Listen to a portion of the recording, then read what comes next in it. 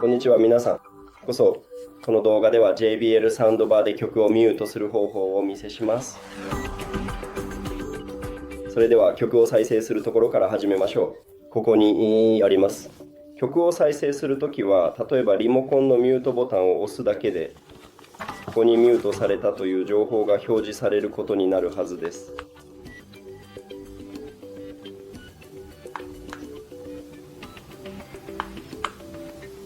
はい、見ての通りちゃんと動いています。ではミュートを解除したい場合はもう一度押すだけでミュート解除されたという情報が表示されます。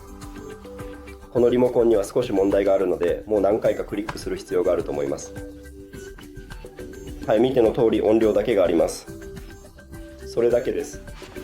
この動画をご覧いただきありがとうございます。役に立ったと思ったらぜひチャンネル登録と動画へのいいねをお願いします。サトシにとって本当に重要です。